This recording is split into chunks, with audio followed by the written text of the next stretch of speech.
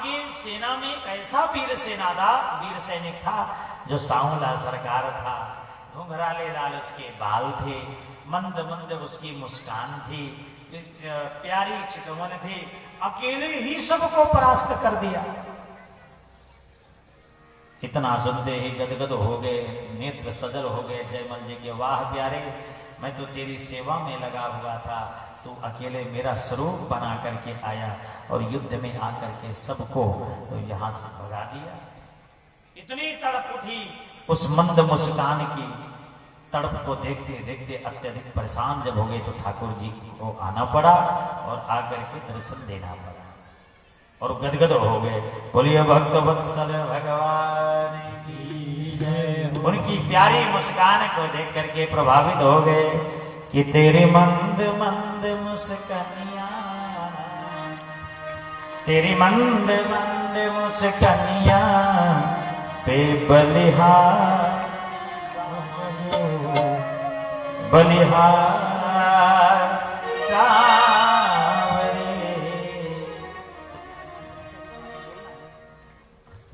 हनुमान चालीसा बोलना भी है, पाठ भी करना है।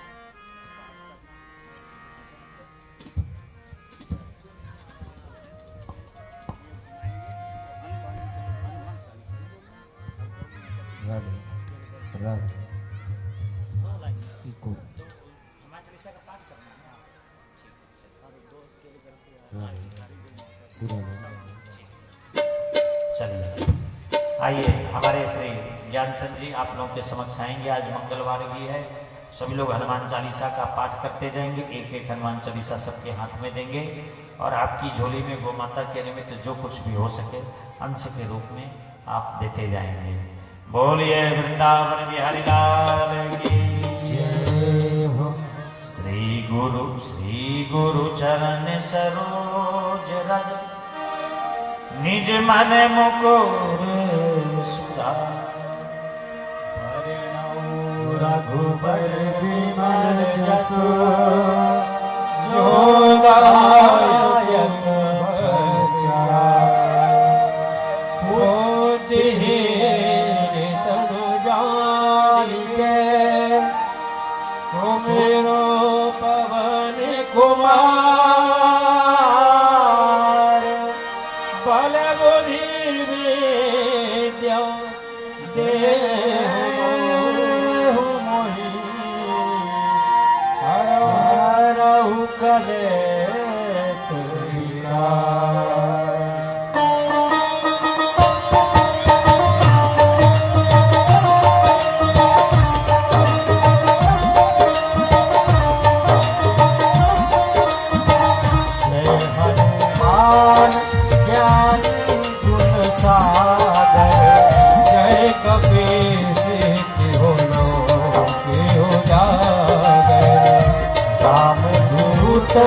अतुलित बलधामा, अन्य कोटि बल सुरनामा, महावीर विक्रम बजरंगी, कुमति निवार सुमति के संगे, कंचन बरन विराज सुबेसा,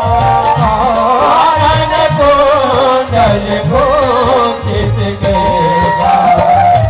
हाथ वज्र ध्वजा विराज, कांधे मोहि जने साजे, शंकर सुमन केसरी नंदन, तेज प्रताप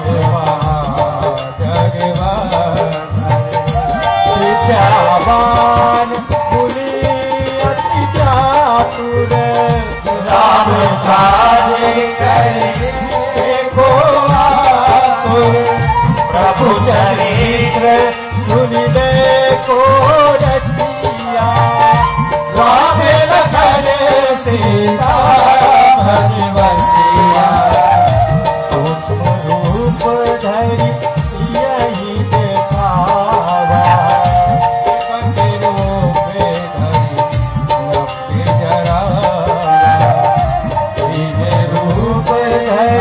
असुर संहारे, रामचंद्र के काज सवारे।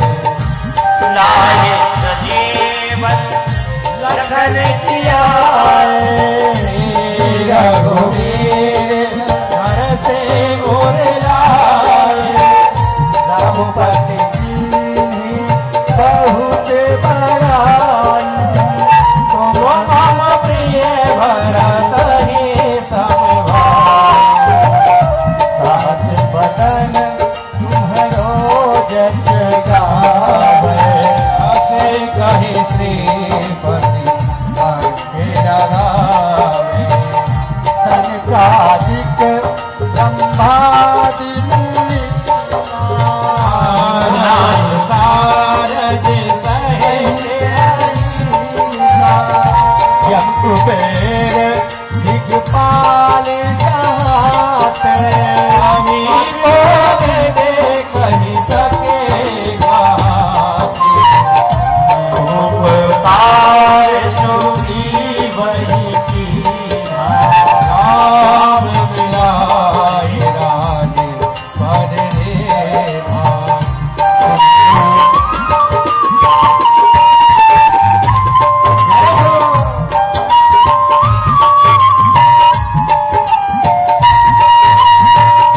तुम्हारो मंत्र विभीषण माना, लंकेश्वर भय सब जग जाना। सुख चाहत योजन पर भाई, होता है मधुर फल प्रभु मुद्रिका मेरे मुख माही। जलधिराधे गए अचरज नामी, दुर्गम काज जगत के सुगम अनुग्रह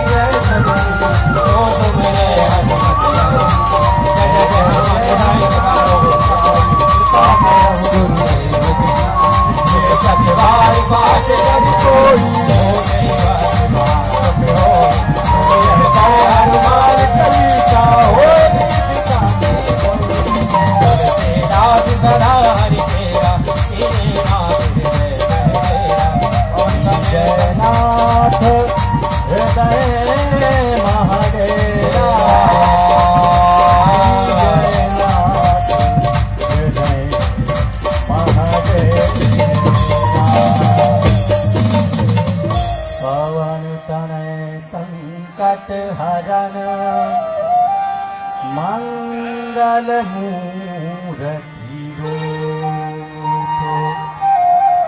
राम लखन सीता सहित हृदय बसहु सुरभूप पवन सुत हनुमान की जय। सभी लोग बैठे रहेंगे, बैठे बैठे सबके पास बैठे बैठे ही मिल जाएगा प्रसाद। और आप लोग अपने स्थान को छोड़िए, मैं नहीं, बैठे बैठे सबको मिले। बोलिए भक्त वत्सल भगवान की जय हो। इसलिए सुखदेव भगवान बोले, राजन, जो गौ सेवा, संत सेवा, विप्र सेवा करते हैं, जो सनातन धर्म का आश्रय लेते हैं, ठाकुर जी उन्हीं के शरण में रहते हैं।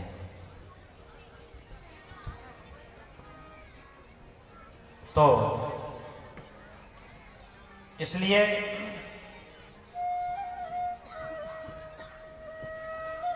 और दैत्यों को भी तो अपनाए, क्योंकि जब शिशुपाल का वध हुआ, वध के बाद उनकी ज्योति भगवान के चरणों में समाविष्ट हो गई, तब ऐसे ही प्रश्न किए थे श्री युधिष्ठिर जी महाराज देवर्षि नारद जी से।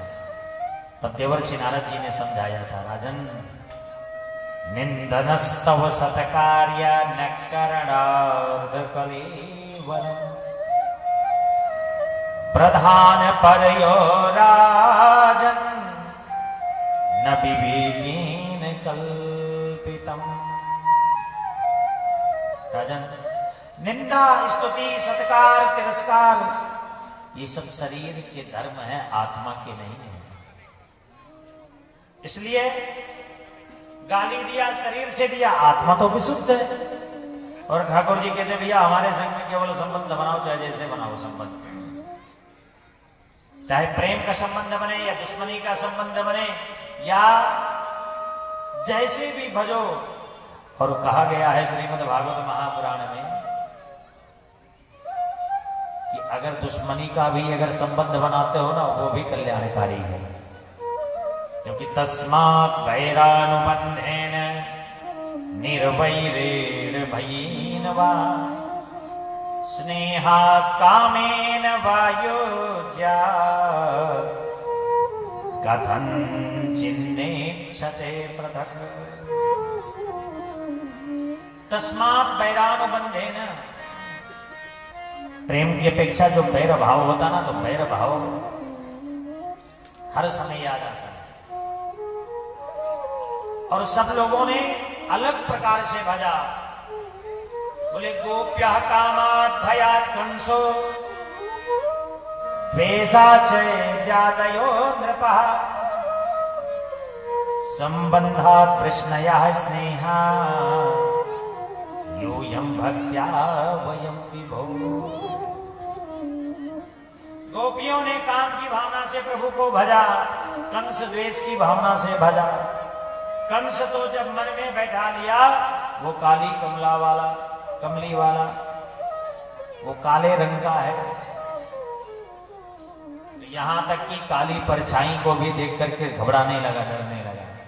तो ठाकुर जी कहते हैं, भैया संबंध बनाओ, और जब तक संबंध नहीं बनाओगे तब तक भावना जुड़ेगी नहीं। इसलिए और राजा द्वेष की भावना से आदि आदि करते हुए ठाकुर जी कहते हैं, संबंध अगर आपका निश्चित है, संबंध अच्छा है, तो भगवत प्राप्ति का साधन है। और कहने लगे, तुम्हारे हित से परम मित्र ही नहीं है, ये दैत्यों के भी कल्याणकारी है। अगर कल्याणकारी न होते तो प्रहलाद जी के लिए क्यों आते? महाराज थोड़ा सा इस कथा को श्रवण कराएं। कहने लगे, सपत्नैर्घातिता क्षुत्रै भ्राता मे दयितो श्रीहर पार्सिंग्राहीण हरिणा समेनाप्युपधावने। सपत्नैर्घातिता, मेरे हिरण्यकश्यप कहने लगा, जब हिरण्याक्ष के वध का कार्य हो गया, कि देखो पहले तो विष्णु भगवान सबके लिए एक समान थे, लेकिन जब से मेरे भाई का वध हुआ है, सभी दैत्य लोग आपस में मंत्रणा करने लगे कि देवता लोग आपस में भगवान को पहला फसला करके अपने पक्ष में कर लिए हैं। इसलिए सबसे पहले ब्रह्मा जी से के पास जाऊंगा, वरदान मांगूंगा, और वरदान मांगने के बाद अजर अमर जब हो जाऊंगा तब पद का मैं कार्य करूंगा।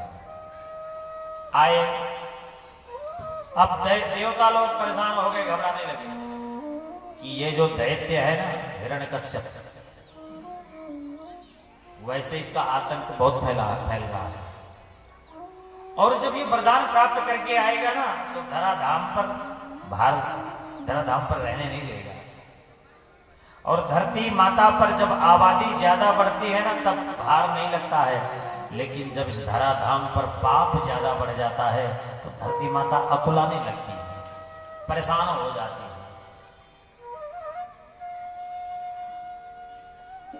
हिरण्यकश्यप गया तप करने के लिए, लेकिन वहां पर देवर्षि नारद जी, महाराज बृहस्पति भगवान तोते का स्वरूप बना करके नारायण नारायण की रट लगाने लगे।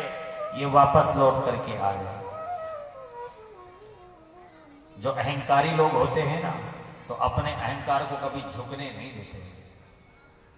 उनको लगता है भाई हम क्यों बोले। एक दो बार नारायण भगवान का उच्चारण सुना, हिरण्यकश्यप अपने आप को मान लिया, अरे राम राम आज का दिन अच्छा नहीं है, बड़ा अशुभ दिन है। दो चार बार उड़ाने का प्रयास किया, उड़ जाते थे, फिर वही बैठ जाते थे। सुबह से शाम तक ये क्रियाएं करता रहा, लेकिन संध्याकालीन समय में घर वापस आ गया। कयाधु कहने लगी, सरकार आप जो संकल्प करके जाते हो पूर्ण करके आते हो, क्या एक ही दिन में भगवान के दर्शन हो गए? बोले नहीं देवी, क्या बताएं, वहां पर एक दो तोता बैठे थे, नारायण नारायण का उच्चारण करने लगे। बड़ा अच्छा लगा कि मेरे पतिदेव कभी भगवान नारायण का नाम नहीं लेते हैं, आज पहली बार नाम लिए। करते करते 108 बार नाम उच्चारण करवाए, और उसी दिन प्रहलाद जी महाराज की स्थापना हुई। दूसरे दिन अडिग होकर के तपस्या करने के लिए बहुत हिलाया डुलाया गया, लेकिन अडिग रहा तपस्या में। और बहुत वर्षों के बाद जैसे तपस्या से उठ करके बाहर आए, ब्रह्मा जी वरदान देने के लिए। भगवान ब्रह्मा जी की स्तुति करता है कि कल्पान्ते काल सृष्टिन योन्धेन तमसावृतम् अभिव्यनग जगदिदं स्वयं ज्योतिषी सरोजिषा। सरकार आप काल के अंत में, काल के मध्य में, काल के प्रारंभ में आप भी थे। ये सारी सृष्टि तमोगुण से भरी हुई थी। ब्रह्मा जी ने कहा वरदान मांगो। कहने लगा सरकार वरदान देना चाहते हो तो ऐसा वरदान दीजिए कि मैं अजर अमर हो जाऊंगा। ब्रह्मा जी ने कहा भैया अजर अमर हम खुद नहीं है तो अब तुम्हें कहां से बना दो, मरने की शर्त रखो। तो बड़ा होशियार है, और इस होशियारी के होशियारपन में क्या किए कि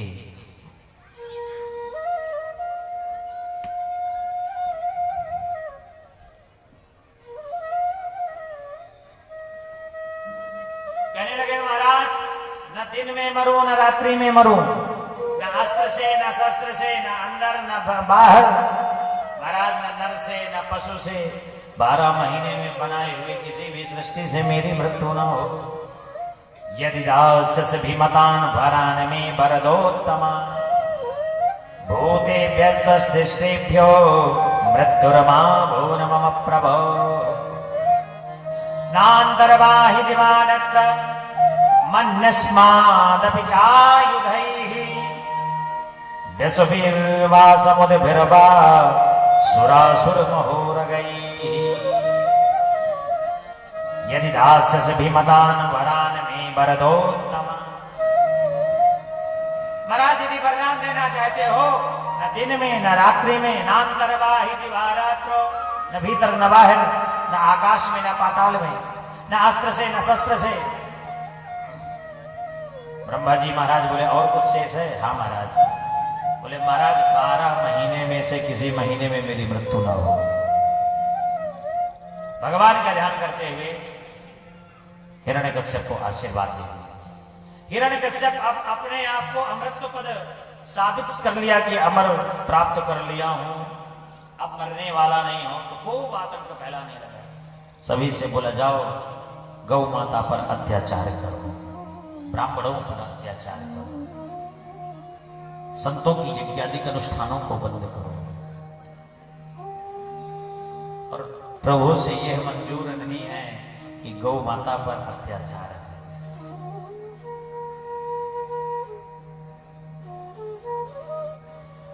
सभी ब्रह्मादि के देवता आए, सरकार इस आतताई से बचाओ। ठाकुर जी ने कहा चिंता मत करो, आप लोगों को प्रार्थना की आवश्यकता नहीं है, ये मेरे गायों के ऊपर अत्याचार किया है इसलिए इस जीव को छोड़ूंगा नहीं। महाराज कैसे वध करोगे, क्योंकि ये तो अमर हो चुका है। बोले अमर हो चुका है, इसकी मृत्यु का भी एक निमित्त हम कारण बना रखे। बोले जब ये अपने पुत्र पर अत्याचार करेगा तब मैं जाकर के इसके वध का कार्य करूंगा। तो सरकार तब तक हम प्रताड़ित होते रहेंगे, तब तक परेशान होते रहेंगे। भगवान के घर में देर हो सकती है पर अंधेर नहीं हो सकती। याद रखना, देर भी नहीं होती भगवान के घर में। जब तक मनुष्य का पुण्य उदित होता है तब तक उसके संग में कोई घटना घटित नहीं होती है। लेकिन जैसे पुण्य का घड़ा विनष्ट हो जाता है, पाप का घड़ा भर जाता है, तब उस जीव का कभी कल्याण नहीं होता।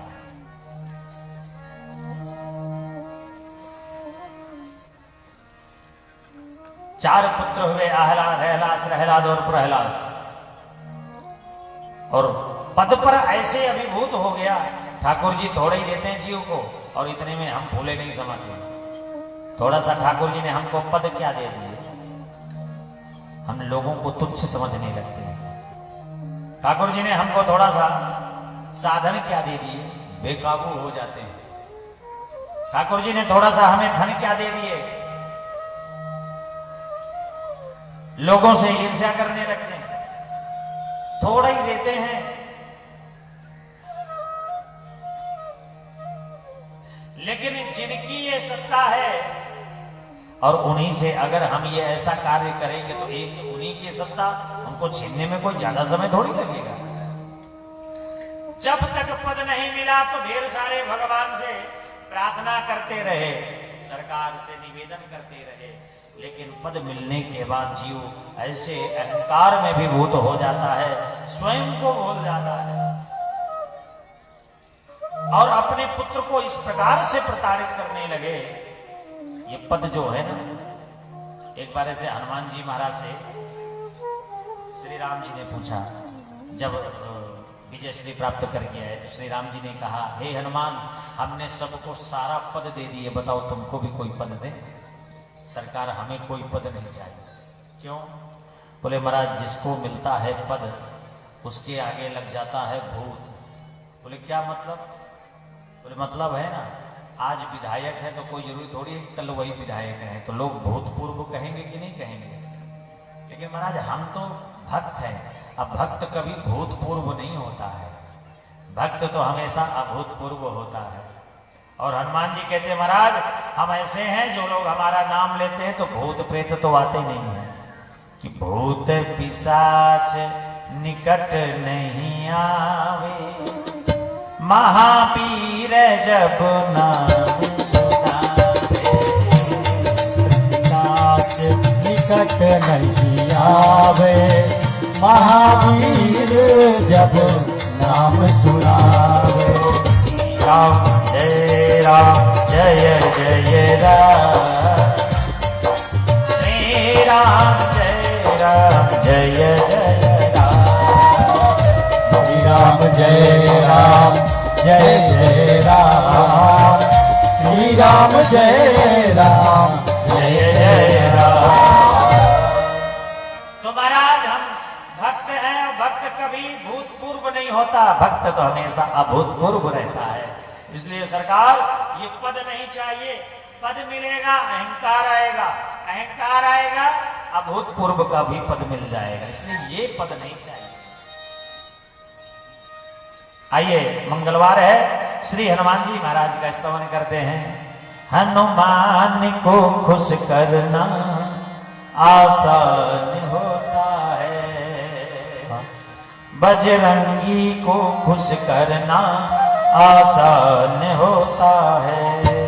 बजरंगी को खुश करना आसान होता है।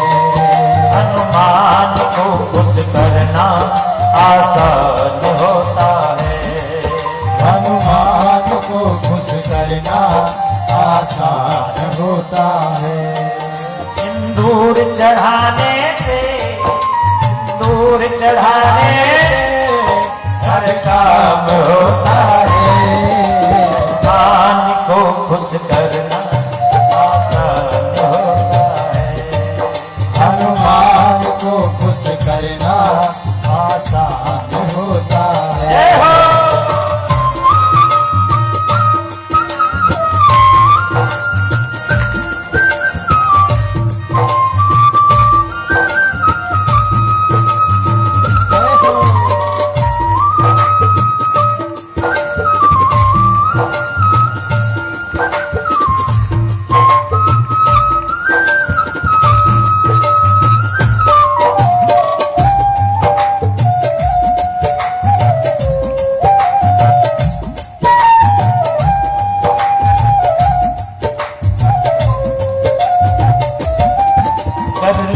भजन दिल से हनुमान प्यारे का, कर ले भजन दिल से हनुमान प्यारे का।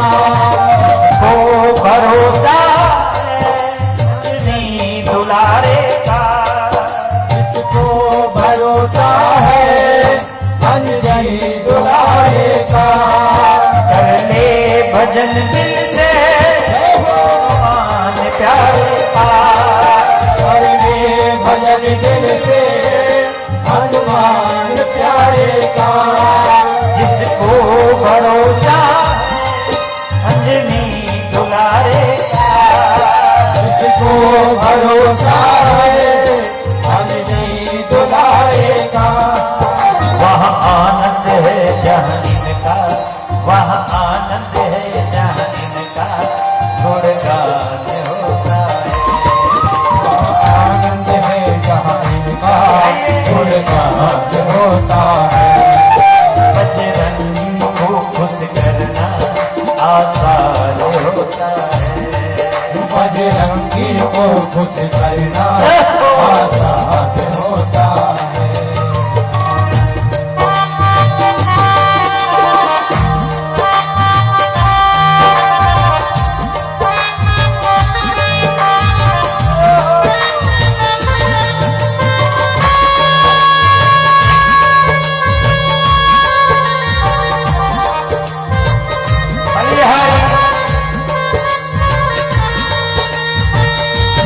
बालाजी सरकार की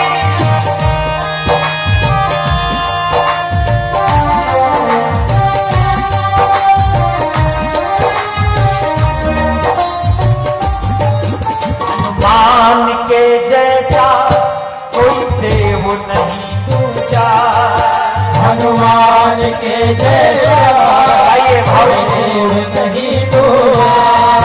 हनुमान के जैसा वो नहीं पूजा।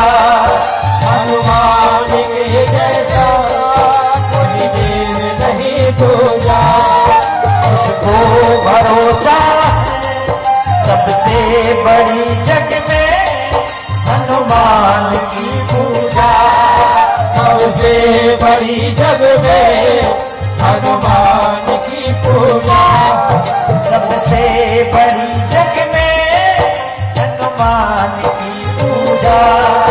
सबसे बड़ी जग में हनुमान की पूजा। वो घर मंदिर जहाँ इनका, वो घर मंदिर जहाँ इनका सम्मान होता है। वो घर मंदिर जहाँ इनका सम्मान होता है। हनुमान को खुश करना आसान होता है। हनुमान को खुश करना जय आसान होता है।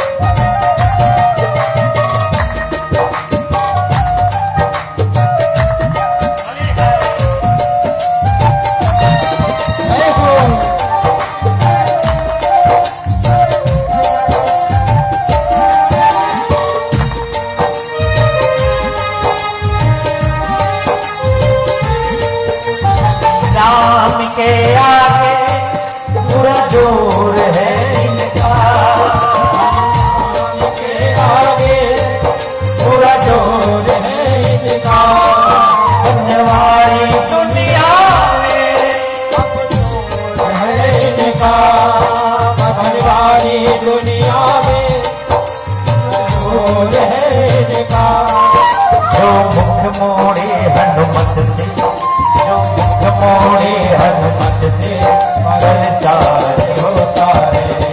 जो मुख मोड़े हनुमत से संसार होता है। हरि वो मुझ करना आजाद होता है।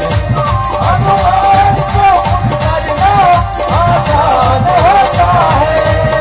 सिंदूर जलाने से सब काम होता है। सिंदूर जलाने से सब काम होता है। हनुमान हनुमान हनुमान को मुझ करना आजाद होता है। हनुमान को मुझ करना आजाद होता है। हनुमान को मुझ करना आजाद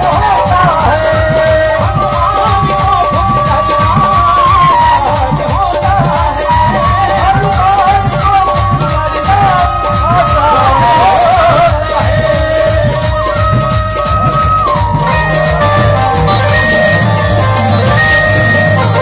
बोलिए भक्त वत्सल भगवान की, श्री हनुमान जी महाराज की। घर में श्री हनुमान जी महाराज, आज मंगलवार इसलिए हनुमान जी महाराज का स्तवन किया गया। और हम इस प्रकार से हिरण्याक्ष नामक दैत्य के वध करने के लिए ठाकुर जी योजना बनाने लगे। अपने ही पुत्र प्रहलाद जी पर अत्यंत कठोर अत्याचार करने लगे। विद्याध्ययन के लिए भेजे संडामर्क जी महाराज के यहाँ। वहां से आए और पिताजी पूछते हैं, बेटा सबसे अच्छा पाठ पढ़ाओ। सुनाने लगे। पिताजी तत्साधु मन्ये सुरवर्य देहि नाम, सदा समुद विघ्न ध्यान सदग्रहात् त्वात्मपादं गृहमन्नगोपवत् बने गतो यन्धरिमाश्रयेत। पिताजी संसार अंधे कुएं के समान है। इतना सुनते ही क्रोध में आए, प्रताड़ित जमीन पर पटक दिए। पुत्र की तरफ देखते हुए संडामर्क जी को फटकार लगाने लगे। ऐसा पाठ पढ़ाया जाता, सरकार बहुत अच्छा पाठ पढ़ा रहे, पर पता नहीं कहां से सीख के आया। पुनः भेजा गया। गुरुजनों ने डांटा, फटकारा, कहने लगे, गुरुजी ये पाठ जो छल कपट का आप पढ़ाते हैं, लेकिन अंतरात्मा का जो ये ज्ञान है ये भक्ति से प्राप्त होता है। बहुत प्रताड़ित किया गया। वृक्षों से गिराया गया, पर्वतों से गिराया गया, हाथी से कुचलाया गया, विष पीने को दिया गया। लेकिन ठाकुर जी की असीम कृपा रही। अंत तो गत्वा होलिका दहन के माध्यम से श्री होलिका बुआ का जल करके विनष्ट हो गई। बाल बांका नहीं हुआ। अंत तो गत्वा खंभे से प्रकट होकर के आए और हिरण्यकश्यप के वध के कार्य करने के लिए लेकर के जंघों के बीच में बैठा लिए, जो संध्या कालीन का समय था। बोले बताओ, नर हो कि पशु? न नर है न पशु है आप। अस्त्र है कि शस्त्र है? न अस्त्र न शस्त्र, बड़े बड़े नखूनों से 13वां महीना था। पेट को जैसे विदीर्ण किए, सभी देवता लोग जय जयकार करने लगे। हिरण्यकश्यप मर्दन भगवान की जय हो। इस प्रकार से वध का कार्य हुआ। ठाकुर जी का क्रोध बढ़ा हुआ था। अंत तो गत्वा श्री प्रहलाद जी आए, क्रोध को शांत करवाते हैं। वहीं संतर ध्यान हुए। प्रहलाद जी का राज्याभिषेक होता है और मानव धर्म का निरूपण होता है। सप्तम स्कंद संपन्न होता है। अष्टम स्कंद में त्रिकूट चल पर्वत में गजेंद्र गज और ग्राह का युद्ध होता है। अंत तो गत्वा ठाकुर जी को जैसे ही गजेंद्र बुलाया, ग्राह के वध का कार्य करते हैं और गजेंद्र को मोक्ष मिलता है। और आगे गृहस्थों श्री ब्रह्मा जी महाराज भगवान की सुंदर स्तुति करते हैं। पुनः समुद्र मंथन होता है। 14 रत्न निकलते हैं। समुद्र मंथन के बाद सुंदर मोहिनी धारण स्वरूप धारण करते हैं। भोले बाबा को दर्शन कराते हैं। देवासुर संग्राम हुआ। संग्राम के बाद अब यहाँ सुंदर कथा आती है। राजा बलि के यहाँ 3 पग पृथ्वी का दान लेने के लिए श्री वामन भगवान आए। 2 पग में संपूर्ण पृथ्वी को नाप लिए। तीसरा पग राजा बलि के मस्तक पर रखते हैं। इस प्रकार से कृतार्थ करते हुए सुतल लोक का राज्य दिए और स्वयं श्री सुतल लोक का राज्य दिए। राज्य दे करके स्वयं बंधन में बंध गए। माता लक्ष्मी आई और आकर के छुड़ा करके लेकर के आती है। इस प्रकार से सुंदर अष्टम स्कंद संपन्न होता है। नवम स्कंद में सूर्यवंशों की गाथा है। सूर्यवंश राजाओं में श्री भगवान नारायण भगवान के नाभि कमल से ब्रह्मा जी की उत्पत्ति हुई। ब्रह्मा जी से इन्हीं से ही सूर्यवंश चला और आगे मानधाता महाराज हुए। मानधाता में ही खटवांग, दीर्घबाहु इत्यादि करके राजा होते गए। श्री सगर महाराज हुए। श्री सगर महाराज के 60,000 पुत्र थे। एक से अंशुमान थे। अंशुमान 60,000 पुत्रों का वध का कार्य होता है। अंशुमान हुए, कीर्तिमान हुए, दिलीप हुए, भगीरथ हुए। इन्हीं के वंश में श्री राजा दशरथ जी महाराज हुए। दशरथ जी महाराज के घर में मर्यादा पुरुषोत्तम प्रभु श्री राम जी का पदार्पण होता है। आइए कुछ चौपाइयों के माध्यम से श्री राम जी का जन्मोत्सव मना लिया जाए, फिर भगवान श्री कृष्ण के सुंदर गाथा। क्योंकि जब तक श्री राम जी का प्राकट्य नहीं होता ना, तब तक श्री कृष्ण भगवान का उत्सव नहीं संपन्न माना जाता। इसलिए आइए चौपाइयों के माध्यम से प्रभु का जन्मोत्सव। बंदा हूं अवध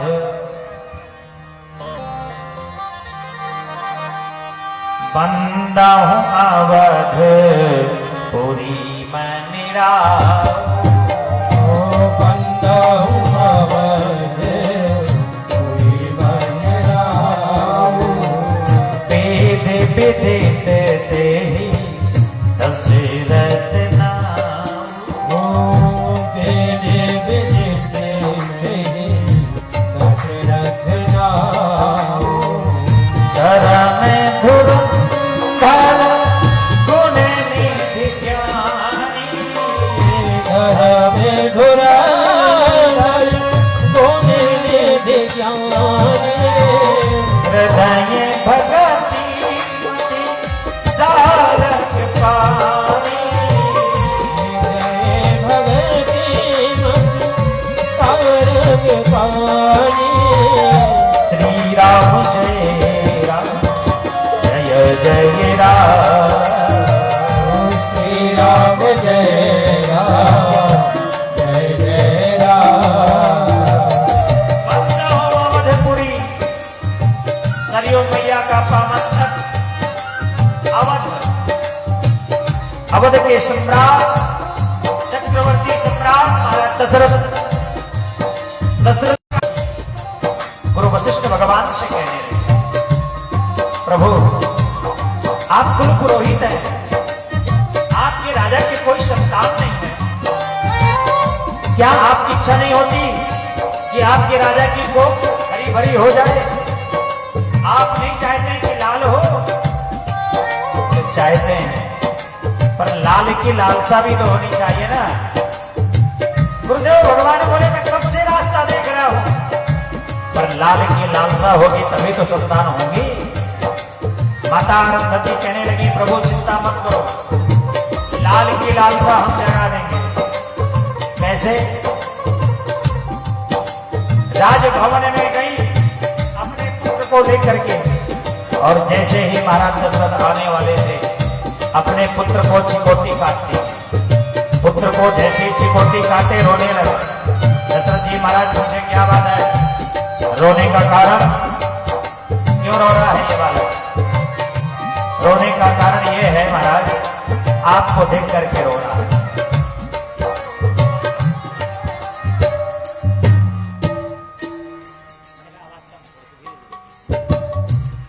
रोने का कारण? बोले रोने का कारण ये है कि अब आपके बाद आपकी कोई संतान तो है नहीं ना।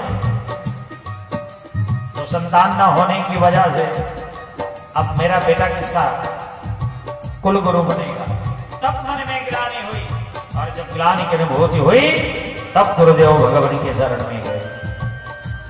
एक बार भूपति मन बारी, एक बार भूपति मन बारी। एक बार भूपति मन माही। एक बार भूपति मन माही। हृदय भगति भाई गिरानी मोहे सुत माही। भाई गिरानी मोहे सुत माही। मन में ग्लानि के अनुभव, मेरे संतान नहीं है। गए गुरुदेव भगवान के शरण में। ग्लानि के तो कई कारण हैं। गुरुदेव भगवान के समक्ष पहुंचे। मध्याह्न काल का समय, रथ पर आरूढ़ है। सूचना मिली गुरुदेव भगवान को, महाराज दशरथ जी आ रहे हैं। गुरुदेव भगवान को लगा भाई असमय में प्रतिदिन आते थे प्रातःकालीन पूजन के लिए, आज मध्याह्न काल में क्या कारण है? मुख मुरझाया हुआ दूर से देख रहे हैं, चेहरे की रेखाओं को पढ़ते हुए समझ गए और जैसे आए उनके श्री चरणों पर प्रणाम करने लगे। महाराज गुरु ग्रह गया हूँ तुरंत माही पारा, गुरु ग्रह गया हूँ तुरंत माही पारा, चरणी लागे करे विनय विचारा, चरण लागे करे विनय विचारा, हे राम जय राम जय राम जय राम। गुरु गृह गयो।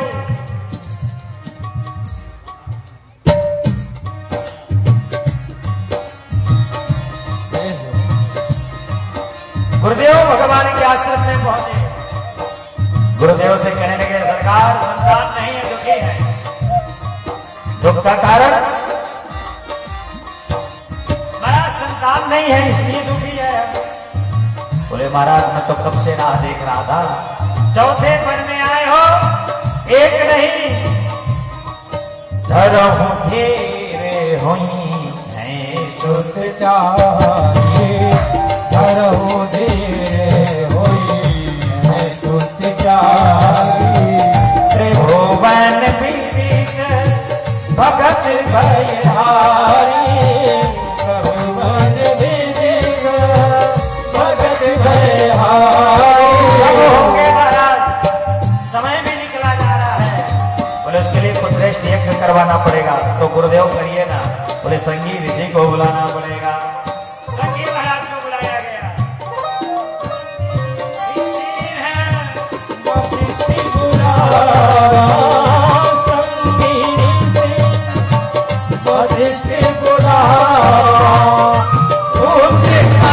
में शुभ यज्ञ करावा, उनके काम शुभ यज्ञ करावा, श्री राम जय राम जय जय राम, श्री राम जय राम जय राम, श्री राम जय राम जय जय राम, श्री राम जय राम जय जय राम।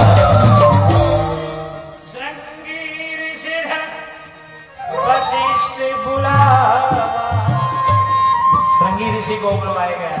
चैत्र का महीना, शुक्ल नवमी के दिन मध्याह्न काल में बढ़िया मंद सुगंध शीतल हवा चल रही है, न ज्यादा गर्मी न ज्यादा ठंडी।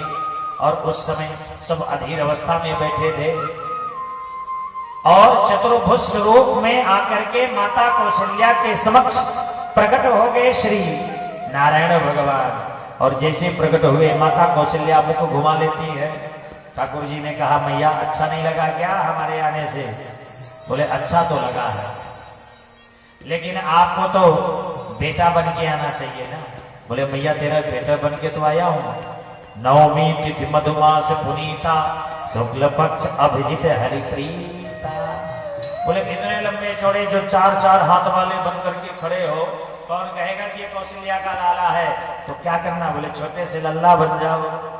अब ठाकुर जी छोटे से बालक बन गए। मैया अब तो तेरा लड़का हो गया ना।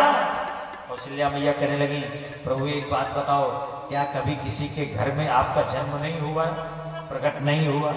नहीं हुआ, पहली बार है। तो पहली बार है तो आपको पता होना चाहिए, जिस घर में बालक का जन्म होता है उस घर में बालक को रुदन करना पड़ता है। ठाकुर जी बोले अच्छा तो रोना पड़ेगा? बोले हाँ प्रभु रोना पड़ेगा। बोले अगर पता होता तो इस झंझट में ही ना पड़ते। कौशल्या मैया कहने लगी जब झंझट हो ही गई है तो थोड़ा सा रुदन भी कर दो। और जैसे रुदन करने लगे कि जैसे सुलीला अति प्रिय शीला, यह सुख पर भाजने भजन सुजाना रोदन धारा मोर बालक सुरभूपा प्रकट कृपाला दीन दयाला कौशल्या हितकारी हर्षित महताई मुनि मनहारी अद्भुत रूप निहारी चले अभिरामा सत घन श्यामा निर्यायुध बुझ जाए भूषण वनमाला नयन विशाला शोभा सिंधु करारी कह दुई कर जोड़ी अस्तुति कोई कहे मेरे करो अनंता माया गुण ज्ञाना नीतिया माना वेद पुराण भनता सुख सागर सब गुण गावै तुझ सदा सो अमृत लागे जन्म ब्रह्मांड निकाय निर्मित माया रोग रोग गति कहे अभोर सोवासी उपहासी सुनत धीर मत धीर रहे उपचार ज्ञान प्रभु मुझका जाए भाई बात हो जाए जय प्रकार सुख प्रेमी रही सुजाना रोहन खाना बालक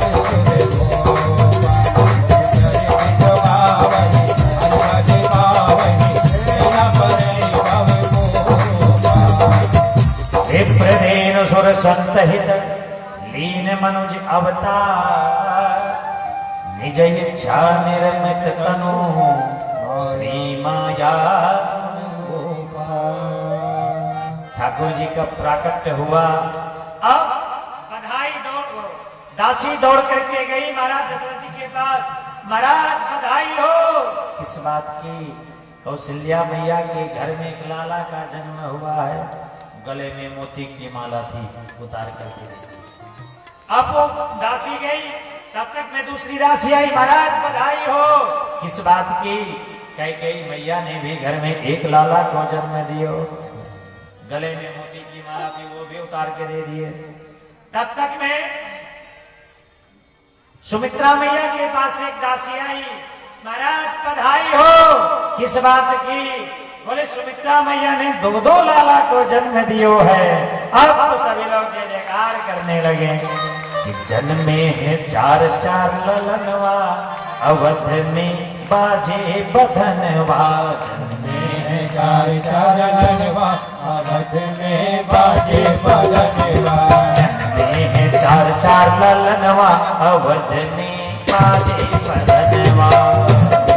4 ललनवा, अवध में बाजे बधनवा। जन्मे है 4 ललना, अवध में बाजे बधाई। 4 ललनवा, अवध में बाजे बधाई।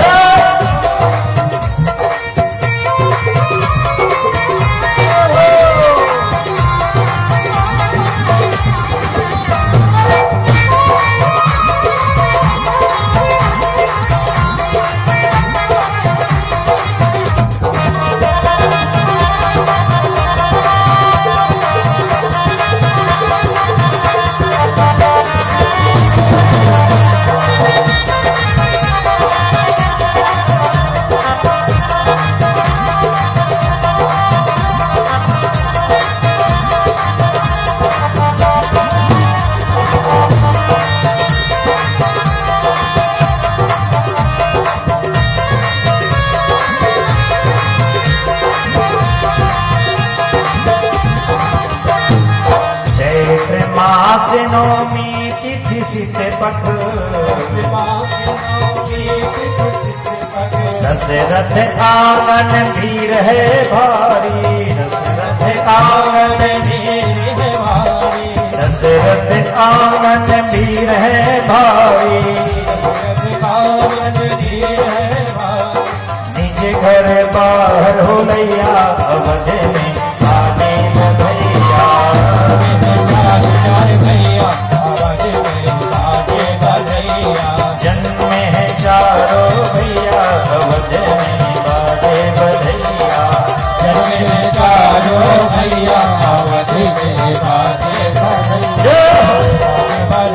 देखो बाजे बधैया बधैया बाजे बधैया जन्मे ही चार चार मैया अवध में बाजे बधैया चार चार मैया अवध में बाजे बधैया अवध में बाजे बधैया अवध में बाजे बधैया अवध में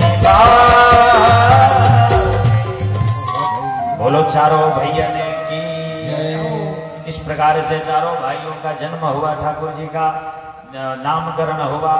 नामकरण में श्री राम लक्ष्मण भरत शत्रुघ्न विद्याध्ययन के लिए गुरु वशिष्ठ भगवान के आश्रम में गए। इधर श्री राम जी का चारों भाइयों का विवाह कार्य संपन्न होता है। श्री दशरथ श्री राम जी का वनागमन, दशरथ जी का मरण, सीता जी का हरण,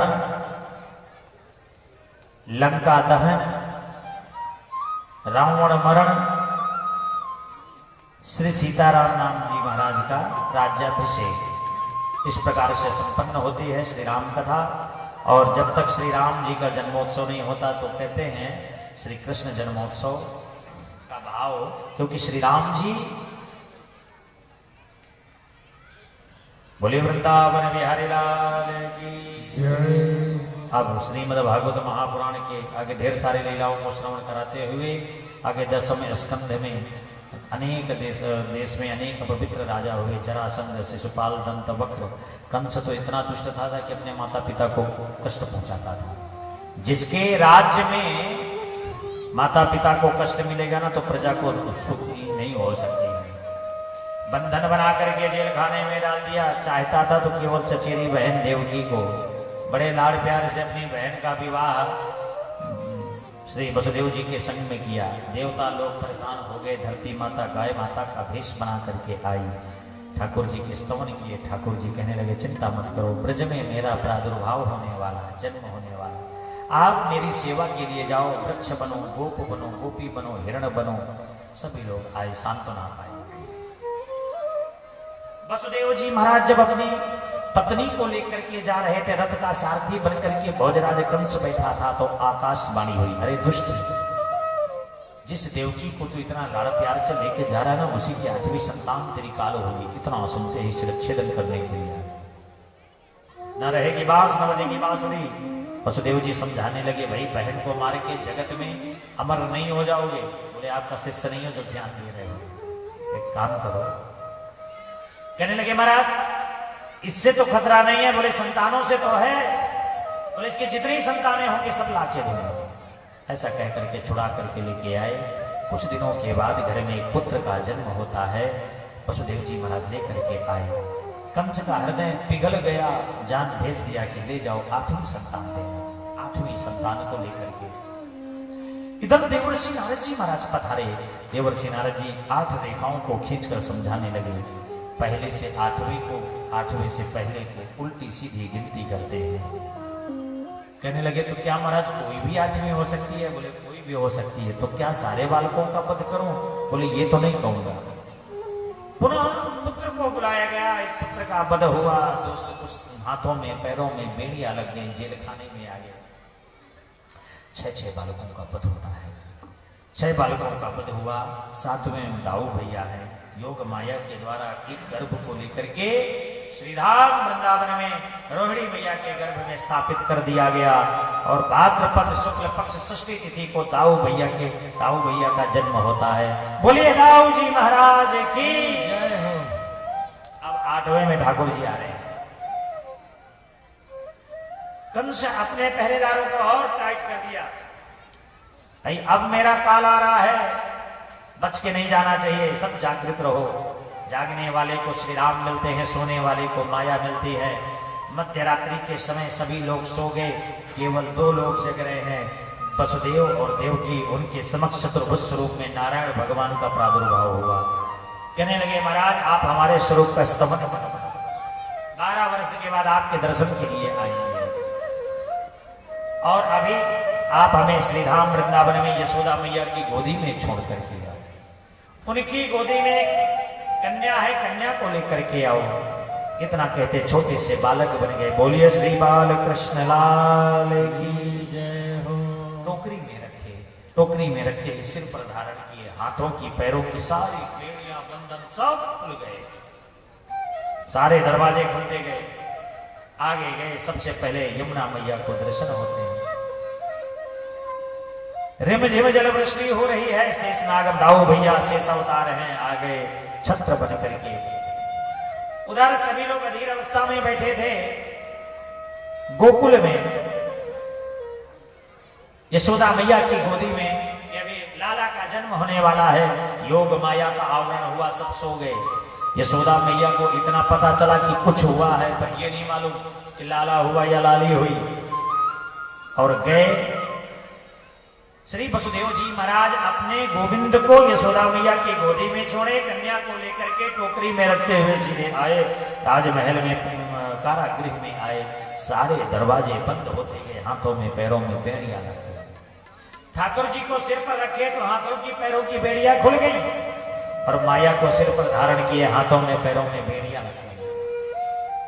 कन्या के रोने की आवाज को सुनते ही पहरेदार जगे, भोजराज कंस को जगाए। भोजराज कंस आया, देवकी मैया कहने लगी, भैया कन्या दान के बराबर फल मिलेगा। आपका पुत्र नहीं है तो कन्या है, इसको तो छोड़ दो। एक नहीं माना, पत्थर पर जैसे पटकने वाला था, ये अष्टभुजा भद्रकाली बन करके आकाश मार्ग में आकर के आदेश देने लगी। बोली अष्टभुजा भद्रकाली मैया जय हो। अरे दुष्ट, न जाने तो कितने निरपराध जीवों का वध कर रहा है। अरे तेरा काल कब का जन्म ले चुका है। अंत तो गत्वा। श्री अंतर ध्यान हो गई और वसुदेव देवकी मैया को छोड़ दिए, काल की गति को मानते हुए। आइए श्री राम गोकुल पहुंचते हैं। नंद बाबा गौशाला में बैठे थे, ओम नमो नारायण का जप कर रहे थे। जप कर रहे थे, ओम नमो नारायणाय, ओम नमो नारायणाय। सारा ब्रज आज अधीर अवस्था में बैठा है। गोविंद अब तो आओ, अब तो दर्शन दो। सारी रात्रि जागरण करते रहे, लेकिन कब किसकी नींद लग गई किसी को पता ही नहीं चला। नारायण का जप करते करते गौशाला में लोगों ने कहा, गौशाला में बैठ के क्यों जप कर रहे हो?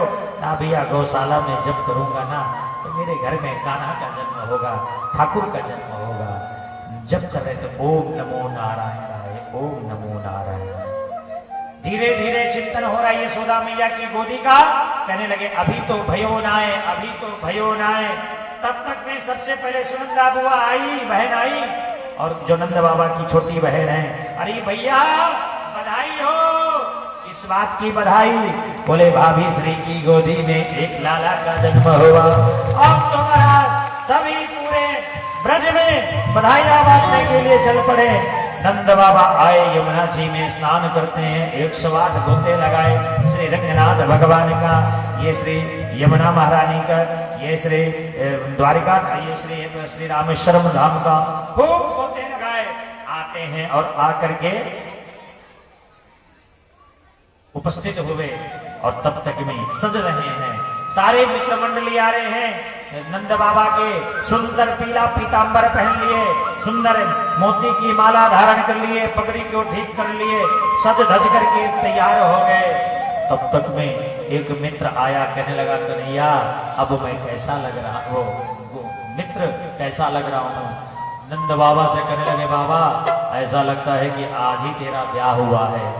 और सुंदर, कोई दही लेकर के आ रहे हैं, कोई दूध लेकर के।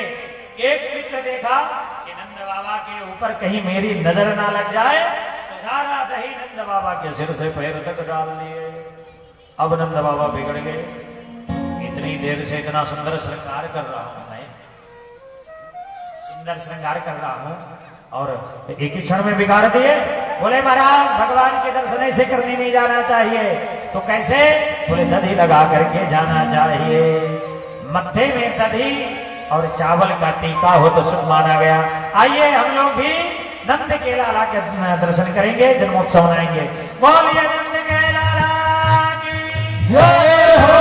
नंद घरे आनंद